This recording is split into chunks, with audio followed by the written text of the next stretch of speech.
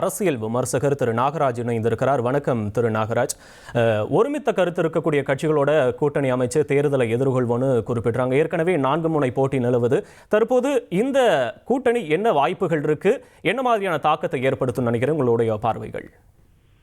இந்த ஒருமித்த கருத்துன்ற ஒரு வார்த்தை தமிழக அரசியல எப்பா எவ்வளவு பாடாப்படுது பாருங்க. இப்போ இவங்களுக்கு ஒருமித்த கருத்துன்றது என்ன? இப்ப இவங்க எதுக்கு வராங்க? திமுகவை டேமேஜ் பண்றதுக்கு வராங்கன்னு நினைக்கிறீங்களா?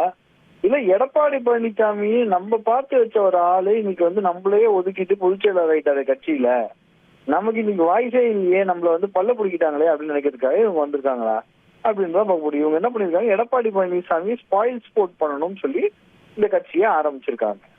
சோ இதுல 2 ஸ்பாயில் ஸ்போர்ட் பர்சன் இருக்காங்க. ஒருத்தர் பெரிய ராமதாஸ், இன்னொருத்தவங்க சசிகலா. பெரிய ராமதாஸ் அன்புமணி ராமதாஸுக்கு ஸ்பாயில் ஸ்போர்ட் பண்ணணும்னு நினைக்கிறாங்க. அதே போல சசிகலா அவர்கள் எடப்பாடி பழனிசாமிக்கு 2 ஸ்பாயில் ஸ்போர்ட் பண்ணணும்னு நினைக்கிறாங்க. இந்த 2 ஸ்பாயில் ஸ்போர்ட் டீமும் ஒன்னாகி ஏதாவது பண்ண முடியுமோன்னு பாக்குறாங்க. அவ்வளவுதான், தவிர வேற எதுவுமே கிடையாது. இவங்களோட தாக்கம் என்ன இருக்கும்னா இவங்க வாங்கக்கூடிய ஓட்டு 3000 4000 அந்த ரேஞ்சில வரும். ஆனால் அது வெற்றியை நிர்ணயிக்கக்கூடிய வாக்குகளா 4-5 தொகுதியை மாத்தினா கூட ஒரு க்ளோஸ் எலெக்ஷன்ல ஆட்சியை இருக்கக்கூடிய ஒரு சிச்சுவேஷன் வருமா அப்படின்றது நம்ம பார்க்க வேண்டிய ஒரு விஷயமாக இருக்கிறது.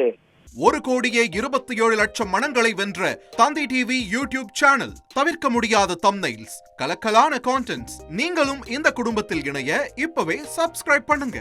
அசுரபலம் கொண்ட எங்கள் டிஜிட்டல் கரங்களில் உங்கள் விளம்பரங்களை சேர்க்க வாட்ஸ்அப் பண்ணுங்க. 8939888378. Email advtthanditv@dttv.in.